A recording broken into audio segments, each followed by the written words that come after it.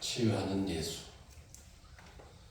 이것이 기독교의 엄청 중요한 부분들이죠. 그럼에도 불구하고 이러한 것들이 어느 시대에 기독교를 지나치게 위로받는 종교로 전락시킨다라는 얘기가 있었어요. 이게 어떤 때냐면 사회가 너무 부정의할 때죠. 그래서 칼 막스라는 공산주의 이념을 세운 사람은 기독교가 백성들의 아편이다.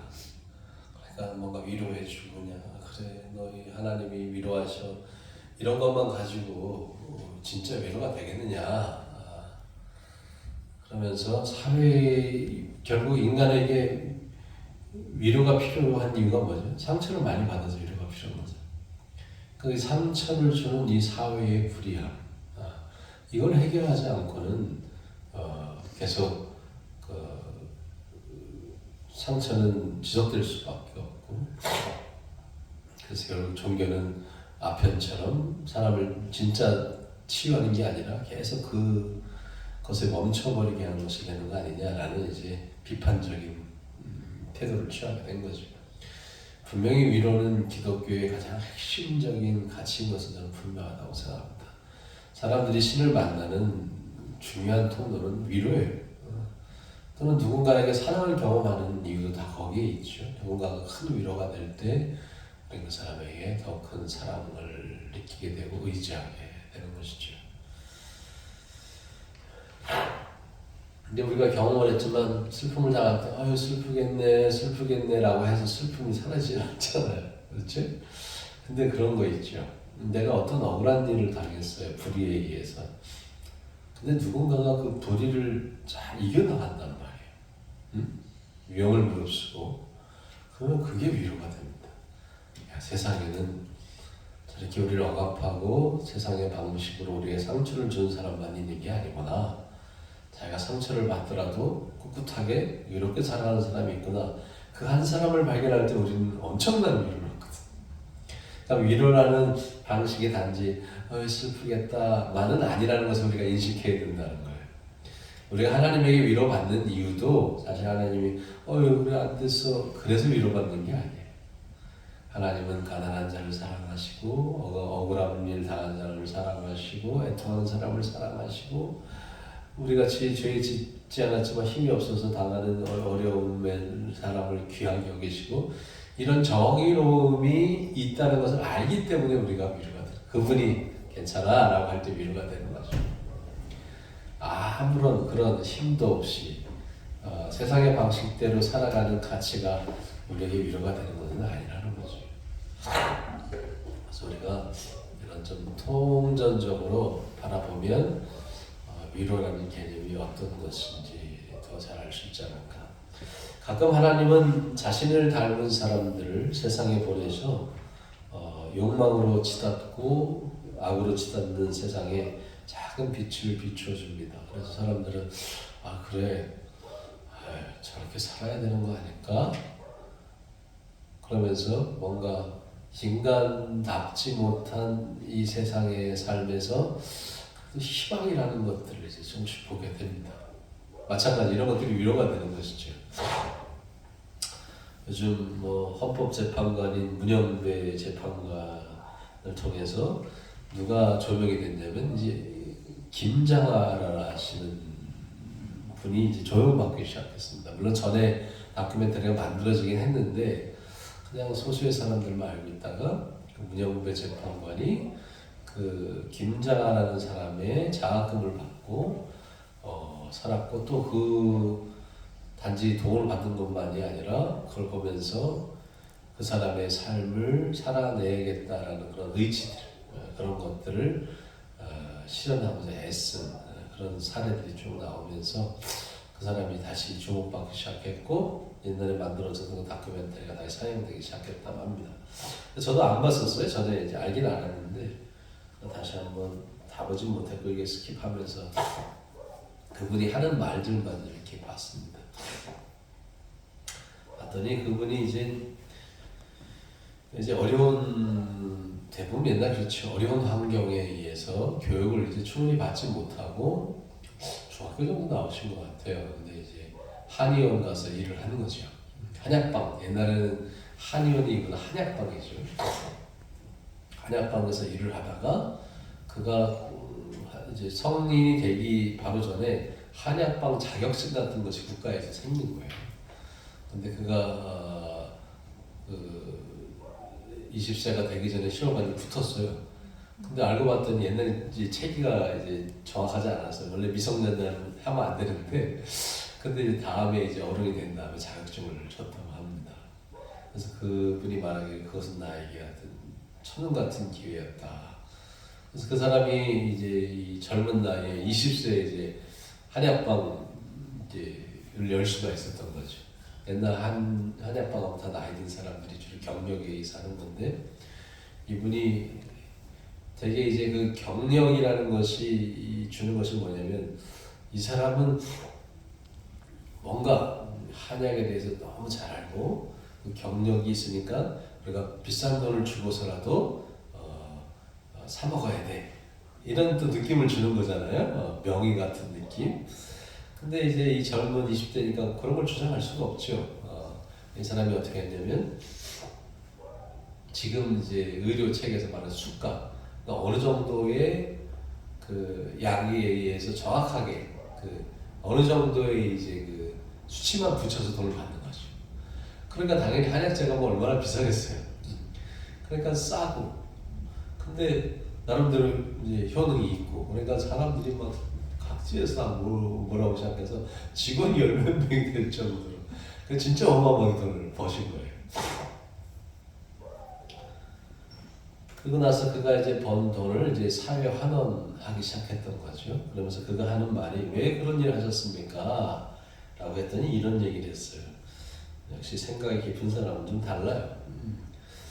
나는 아프고 괴로운 사람을 상대로 돈을 벌었습니다. 한약방이 원래 그런 거잖아요. 다 그냥 근데 죽을 것 같고 어떻게 이제 희망을 찾기 위해서 온 사람들 아니에요. 아프고 괴로운 사람을 상대로 돈을 벌었습니다. 만약 내가 다른 직업을 가졌다면 그 돈으로 호의호식할 수 있었고 호화 방탕 생활을 할 수도 있었을 것입니다. 그러나 그 소중한 돈을 함부로 쓸 수가 없어서 차곡차곡 모아서 사회에 환원하기 위해서 이 일을 시작한 것입니다. 이렇게 얘기했다는 거죠. 그렇죠. 저는 이런 것들이 소명이라고 생각합니다. 소명. 자기의 그 약을 만드는 그 기술에 기대어서 사람들이 정말 막 밀려오는 거 아니에요. 그리고 그 약에 의해서 생명이 살아나기도 하고, 그런 경험들을 하면서 내가 번 돈은 내가 함부로 쓸 수 있는 돈이 아니라는 인식을 가지게 되죠. 물론 그가 원래부터 그런 인식을 가졌기 때문에 그런 사람이겠지요.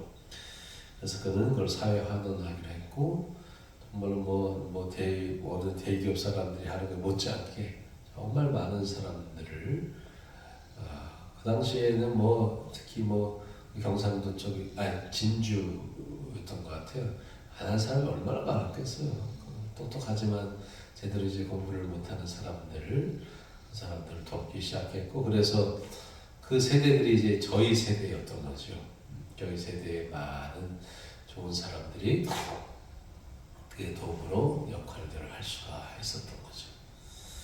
그 모든 사연을 다 알지 못하지만 참 많은 것 같아요. 사람들 보니까 제자들도 다른 사람들도 많고, 그분을 통해서 도움을 받는 사람들이 하나같이 하는 마음이 나도 어른처럼 살고 싶다. 또 하나는 내가 어른이 그렇게 이제 좋은 뜻으로 도와줬는데 내가 그들의 표현이에요. 내가 그렇게 유명한 사람이 되지 못해서 미안하다. 이런 거죠. 그러니까 그 주변에 그런 나름대로 사회에서 좋은 역할을 하는 사람들이 많이 나왔던 것 같아요. 그러니까 도리어 인사 오는데 내가 뭔가 이렇게 자랑할 만한 그런 것들이 없어서 미안할 정도로 이렇게 그런 마음을 보면서 참 많은 좋은 사람들을 키워내셨구나 라는 생각을 가져보았습니다. 아프고 괴로운 사람들을 상대로 번 돈을 마찬가지죠. 괴로운 사람들을 살리는 데 사용하는 거예요. 아니 돈이 없어서 대학을 못 가는 그런 일들이 옛날에 있었잖아요. 그런 일들을 열어준다는 것은 괴로움을 치료하는 것과 똑같은 거죠. 그러니까 육신의 괴로움을 가진 사람들을 향해서 번 돈을 사회적 어떤 약자들이 자신의 역할들을 감당할 수 있도록 하고 그들이 또한 세상의 빛과 소금의 그런 도움을 받았으니 빛과 소금의 역할을 하려고 애써 노력을 했겠죠. 그런 일들을 벌이는 일. 저는 이게 바로 지옥 같은 세상에서 천국을 여는 열쇠가 아닌가 그런 생각을 해봤습니다. 저는 기독교가 천국을 가기 위한 종교인 것처럼 얘기되지만 저는 다르게 정의하고 싶어요. 세상을 천국으로 만들어가는 사람을 만드는 것이 기독교여야 된다. 내가 천국 들어가기 위해서 서울대 들어가기 위해서 하는 학원이 아니라 그 사람이 있는 곳이 천국일 수 있는 그래서 어둠에서 빛을 비추는 사람들을 일려서 살만한 세상으로 만들어 가게 하는 것 이것이 기독교여야 된다 그런 생각을 해봤습니다. 예수님은 그래서 자신이 이 땅에 온 것은 바로 하나님의 나라가 시작된 것이다 라고 말한 이유도 그게요. 사람들이 예수를 보면서 희망을 보고 예수를 통해서 하나님의 나라를 경험했잖아요. 그 스스로가 천국을 주는 사람이었기 때문에 바로 그런 의미로 우리가 기독교가 말하는 천국의 개념을 이해하면 좋겠다. 예수 믿음으로 내가 천국을 누리고 또 내가 누군가에 천국을 주는 사람이 되는 것 그런 사람이 또 천국을 할 수 있지 않을까 하는 생각을 하게 됩니다. 강도 만난 사람을 구하기 위해 위험을 감수하고 자신의 가진 것을 나누는 사람은 어떤 경험이 있기 때문에 그러한 선한 이웃의 삶을 살았을까? 아마 그도 자신이 위기에 처했을 때 누군가 조건 없이 돌봐준 경험이 있지 않았을까? 그렇죠? 이 조건 없이 돌본다는 것은 아마 그런 경험들이 있기 때문에 더 연속적으로 가능해지는 것 같아요. 최소한의 선행이 아니잖아요. 지속적인 저 사람이 어떻게든 나아야 되는데 끝까지 내가 책임져야 되는데 라는 마음은 은혜를 입은 사람들만이 또 행할 수 있는 은혜가 아닌가 하는 생각을 가져봅니다. 예수님은 이것이 진정한 인간의 모범이다 라고 말씀해 주셨죠. 예수님은 상처를 치유하고 괴로운 이의 마음을 위로하고 회복시켜주는 분이십니다. 제가 어려서 만난 예수님도 바로 그런 분이었죠. 그런 분이 좋아서 예수를 믿고 교회 다녔고 또 신학을 학고 목회를 하게 된 것 같다는 생각을 갖게 됩니다. 마음의 치유를 경험한 이들은 당연히 누군가의 상처난 마음을 치유하고 싶은 열망이 자연스럽게 난 생긴다고 생각합니다. 돌봄을 멈추지 않은 사마리아인 저는 이분이 또 예수님 자신이 아니었을까. 예수님 자신을 표현하는 것이 바로 이 선한 사마리아인이 바로 자신이 아니었을까라는 생각을 해봤습니다. 천국은 치유가 완벽히 이루어지는 세상이 아니라 치유의 행위가 멈춰지지 않는 세상이다. 이렇게 저는 좀 이 문학적 표현을 좀 쓰고 싶어요. 트라우마는 아픔이 멈추지 않는 상처를 말하죠. 그렇죠? 아픔이 멈추지 않는 거죠. 어떤 상황이 되면 또 나타나고.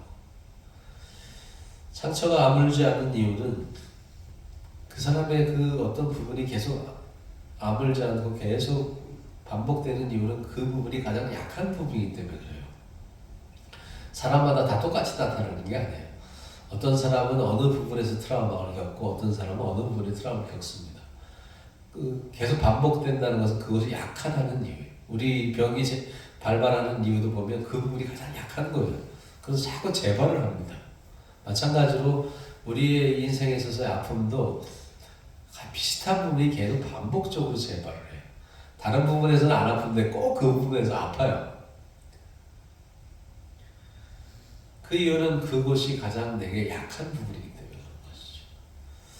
그러니 상처를 치유하는 행위는 근본적으로 멈춰서는 안 되는 그 트라우마와 같은 것을 우리는 평생 겪기 때문에 멈춰서는 안 되는 것이 바로 치료 행위다라고 말씀할 수 있는 거죠. 치료행위는 한 번에 싹 낫게 하는 것이 아니라 멈추지 않는 것이 치유다. 육체의 상처도 심리적 상처도 계속해서 돌봄을 받아야 하는 것이죠. 요즘 유행하고 있는 폭삭 소가 수다를 보면 주인공이 어려서 경험한 상처가 계속해서 그를 괴롭힙니다. 그러니까 다른 상처가 생기는 게 아니에요. 어렸을 때 그가 경험할 수밖에 없었던 그 상처가 어른이 돼서도 다른 형태로 똑같이 반복해서 나타나요. 내가 받은 상처가 내 새끼의 상처가 되기도 하고 이게 아주 이제 반복적으로 또 그 상처를 받은 부모의 상처가 또다시 내가 부모가 됐을 때 그 자식을 통해서 또 그런 상처를 받게 되는 거죠. 가난이 준 상처, 아들을 잃은 상처, 핍박을 받은 상처. 이것은 해결되지 않고 순간순간 다시 깨어나서 상처받은 마음에 다시 상처를 줍니다. 그래서 더 아프죠. 그래서 갈수록 더 슬퍼요. 뭔가 이걸 극복했다고 생각하는데 그 과거의 그 상처가 다시 나타날 수밖에 없는 이제 상황. 그 굴레에서 벗어날 수가 없죠, 인간. 아무리 수고하여도 극복되는 듯 하다가 다시 상처가 되죠. 성실함으로 극복될 수 없는 것들이 이제 상처인 것들이죠. 계속해서 반복적으로 상처를 머금는 행위, 그 행위가 없이는 우리가 치유를 받을 수가 없다는 것을 이제 말해주는 것 같다는 생각을 했습니다. 끝까지 그 반복되는 상처로 괴로워하다가 그렇다고 해서 그가 지옥 같은 삶을 사는 건 아니에요. 그렇지만 그가 천국 같은 기쁨을 누리며 살기도 하지만 그가 여전히 상처는 상처로서 존재한다. 이것은 어쩔 수 없는, 마치 시지프스가 돌을 올려놨더니 다시 내려오듯이 계속 반복적으로 우리에게 그것이 어느 정도 한번 해결이 되면 그 다음에는 그것을 해결해 나갈 방법을 조금씩 찾아갈 뿐이지 그 반복되는 아픔은 어쩔 수 없는 것들이 되는 것이죠. 저는 또 하나의 돌봄의 사랑이 있다면, 형태가 있다면 상처를 상처로 보지 않는 행위. 예로 베드로가 예수를 3번이나 부인했습니다. 그 배반이 예수님에게 상처가 될 거라고 생각하죠. 그렇지만 사실 예수님에게는 큰 상처가 되지 않습니다. 도리어 베드로에게 더 큰 상처죠. 왜냐하면 자신은 정말로 예수님을 사랑했기 때문에 그렇죠. 정말로 예수님을 사랑하는데 그 사랑하는 예수님을 자기가 배반을 했어요.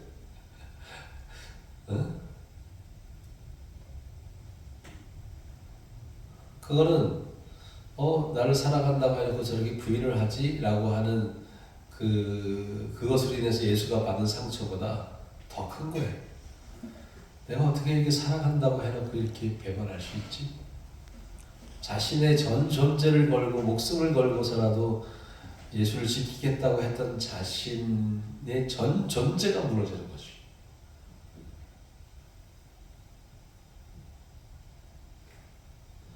우리가 가장 상처받을 때가 그런 경우예요. 내가 저 사람을 위해서 모든 걸 다 할 수 있어 라고 하다가 내가 그러지 못한 어떤 상황에 의해서 상대방이 큰 상처를 입게 되거나 그랬을 때 내가 하지 못한 책임 때문에 어마어마한 상처를 받게 되죠. 혹시 내가 문제에서 그러지 않을까 하는 생각들을 갖게 되죠.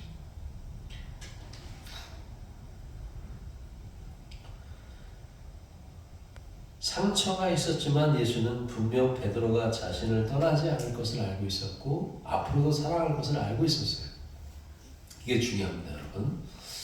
우리가 어떤 대상을 볼 때 저 사람은 나에게 상처를 주고 떠날 사람이다 라는 사람과 나를 여전히 사랑하지만 상처를 주었기 때문에 참으로 힘들어하겠구나 라는 사람은 구분할 줄 알아야 된다는 거죠. 떠날 사람은 내가 너희 자식아 왜 그렇게 했어? 라고 물을 수 있지만 나와 함께 하기를 원하는 사람에게 그것을 너 왜 그랬어? 너 왜 나한테 상처 줬어? 라고 묻지 말아야 된다는 거죠.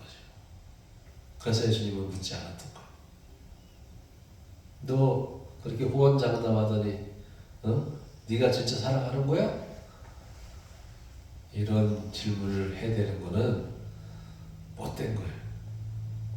여러분의 사랑하는 남편에게든 사랑하는 자녀에게든 사랑하는 부모에게든 나를 그렇게 사랑한다면 엄마 아버지가 어떻게 그럴 수 있어? 라고 하는 것도 마찬가지. 나를 그렇게 사랑한다면 나한테 어떻게 당신 이 정도밖에 못해줘? 라고 하는 것도 그렇고 내가 해준 게 얼마나 많은데 너가 나한테 그렇게 할 수가 있어? 라고 하는 것도 사실 우리가 하지 말아야 될 행위죠. 예수님은 그걸 하지 않았어요. 단지 그에게 기회를 주고 싶었던 거죠. 사랑하는 마음을 아니까 네가 배반했으니까 날 사랑하지 않는 거야 라고 말하지 않았다는 거예요. 사랑하는 걸 분명하게 알거든요. 베드로의 그 든든한 지지가 얼마나 예수님에게 힘이 됐겠습니까? 모든 걸 다 버리고 떠난 베드로가 앞장서서 정말로 그 나머지 제자들을 잘 이끌어왔던 사람 아니에요. 그걸 아는데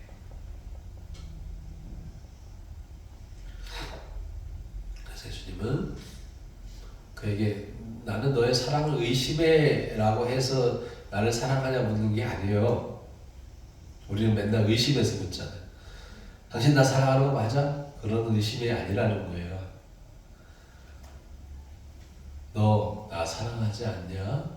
사랑하는 게 맞잖아. 맞아.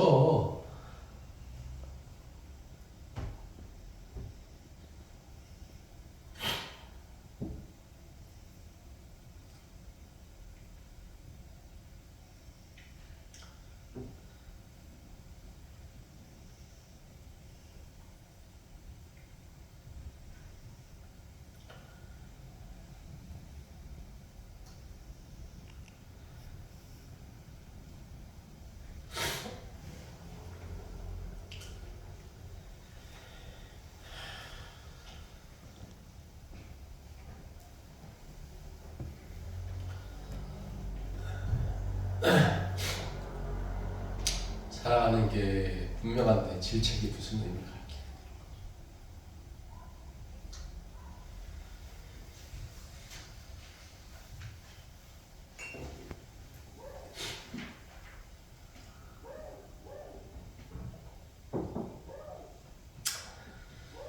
예수님이 그런 마음을 갖지 않았겠어요? 야, 너는 나를 정말 사랑하는데 내가 너를 부인하는 사람으로 만들었구나.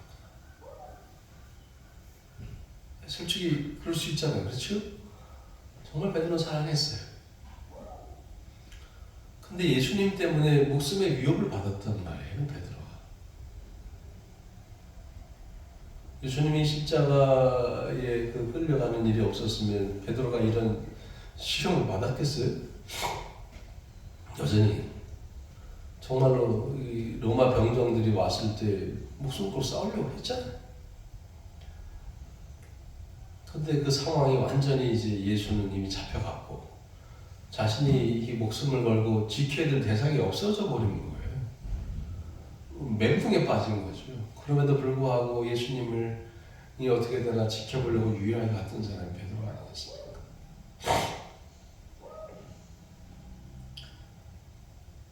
저는 정말 예수님이라면 도리어 미안했을 거라는 생각이 들어요. 너의 그 마음에 내가 상처를 줄 수밖에 없었구나. 네가 배반하는 그런 모습을 보이고 얼마나 아팠을까. 사실 유다도 베드로만큼은 아니었지만 자신의 양심을 가책이 들자 자살을 했잖아요. 이게 뭔가 제대로 인식이 됐을 때는 어마어마한 가책이 느껴지는 것이거든요. 베드로도 그러지 않을 거라는 보장이 어디가 있어. 그렇다고 베드로가 유다처럼 자기를 파는 행위를 한 것도 아니고, 그렇죠? 그럼 그에게 새로 일어나게 하시려고 말씀하신 것 같아. 너 사랑하는 거 맞잖아. 그건 분명해. 내가 인정해. 베드로가 마지막에 그러죠. 예수님도 아시지 않습니까? 그러잖아요. 얼마나 슬픈 얘기. 응?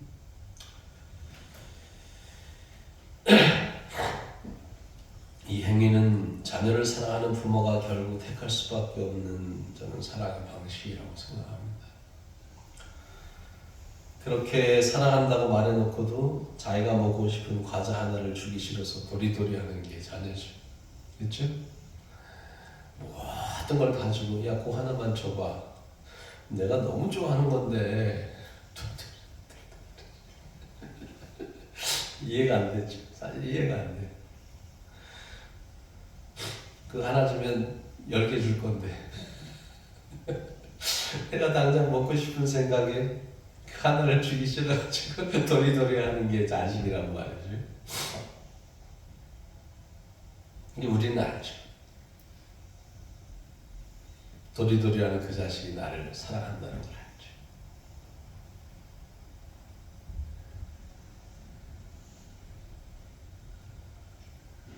자식은 늘 성장하면서도 그런 방식으로 내가 먹고 싶은 거 이 하나를 위해서 부모에게 도리도리 하는 그런 방식으로 부모를 계속 배반하죠.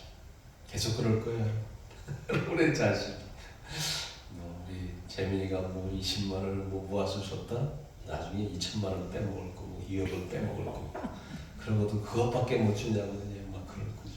그리고 그때도 20만 원 주고 내가 세상을 다 준 것처럼 부모에게 자랑스럽게 떵떵거리겠지. 이게 우리의 부모를 약간 분명히 사랑하는 거 맞죠? 분명히 사랑하는 게 맞아. 그런데 그 하나 뺏어 먹는다고 야 이건 안 될 것 같아 라고 하면 그냥 어떻게 나한테 이걸 뺏을 수 있냐고 그냥 부모하고 단절할 것처럼 달려드는 게 자식이죠.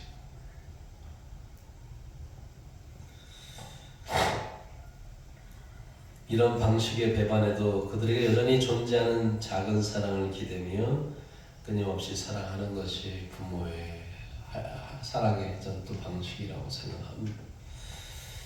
자녀들은 커갈수록 배반을 더할 가능성이 커집니다. 요즘 잘 나가는 야구 선수가 있어요. 이정우라고.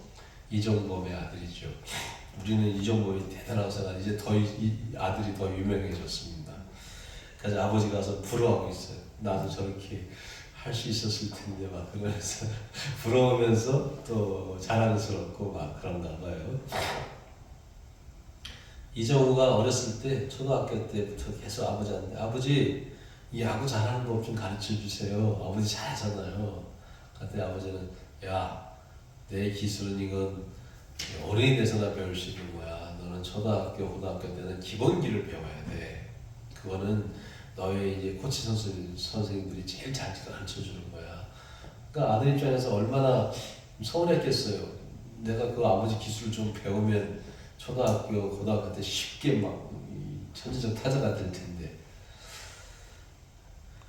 근데 어쩔 수 없이 서운해도 그 말을 믿고 이제 열심히 이제 타격 연습을 하고 기초를 배웠다고 합니다. 그래서 잘해서 프로 선수가 됐죠. 근데 프로 선수가 됐는데 이제 이 경기가 이제 부진해지고 이제 타격이 이제 잘 살아나지 않았던 거예요. 그래서 아버지가 이때다. 그래가지고 내가 도와줘야겠다. 얼마나 웃겼는지 몰라. 그래서 아버지가 야 정우야 너 타격 치는 걸 보니까 뭔가 배트가 좀 이렇게 처진 것 같더라.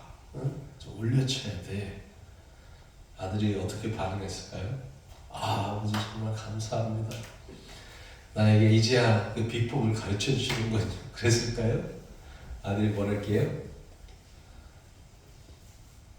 아버지 이제 야구는 내가 알아서 할게요. 이 아들이 한 얘기예요. 이제 자신감이 붙은 거죠. 아이씨 내가 컨디션이 안 좋아서 좀 그런 건데, 응? 그거 가지고 뭐 자기도 알죠. 지적질을 해. 이제 지적질로 들리는 거지. 이 비법이 아니고, 아니 다 알아요. 뭐 몰라서 내가 못해요. 지적질하고 있어 아버지가. 위로나 해주지. 아버지가 당연히 조심스럽게 했겠죠. 야, 아빠 보니까 좀 이렇게 이러던데 어떤 마음이었을까? 얼마나 당황스럽겠어요. 자녀들은 이렇게 부모를 배반합니다.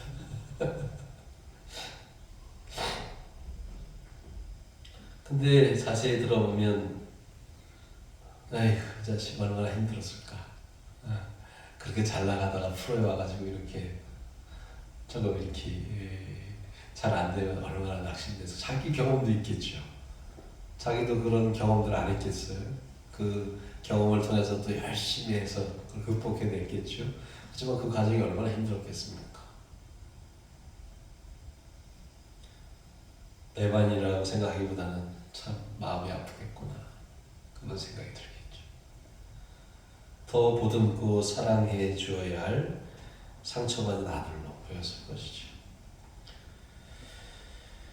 평생 자녀는 부모의 상처를 치유하지 못할 것입니다. 제 결론이에요. 제가 우리 부모의 상처를 나이 든 부모는 계속 자기가 얼마나 어렵게 살아왔는지 너희를 위해서 얼마나 최선을 다했는지 설명하지만 가슴 절절히 다가오지 않아요.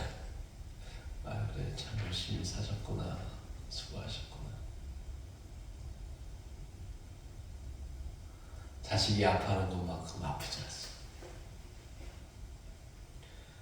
그래서 우리는 평생 부모의 상처를 치유하지 못할 것이고 또 우리도 우리 자녀들로 인해서 상처를 치유받지 못할 거니까 아예 꿈을 깨세요.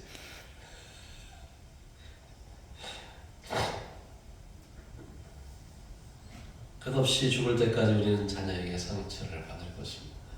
그렇지만 우리는 의심하지 않을 거죠. 내 자녀가 나를 사랑하고 있다는 것만큼 의심하지 않을 거죠.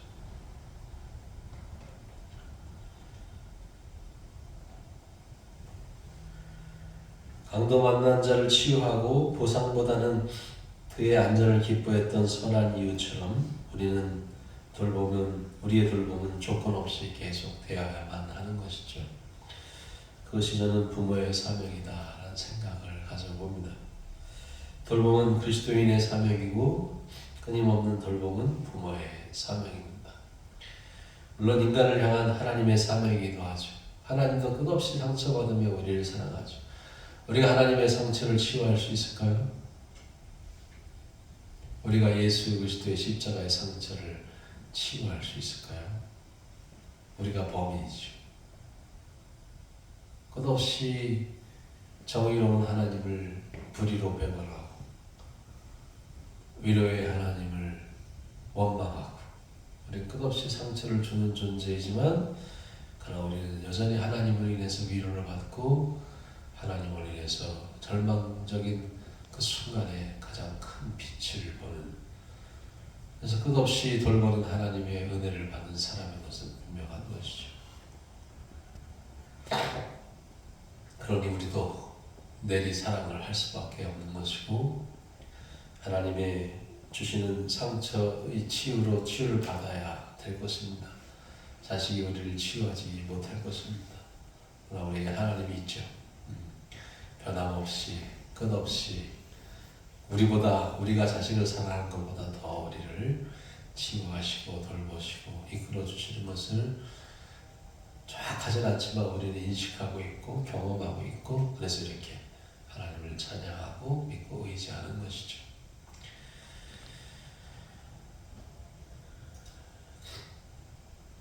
돌봄은 하나님의 사명이고 돌봄은 부모의 사명이고 하나님으로 인해 치유받으며 자식들을 치유하고 자식을 치유하며 치유되는 과정을 통해 또 우리는 천국을 경험하게 될 것이죠.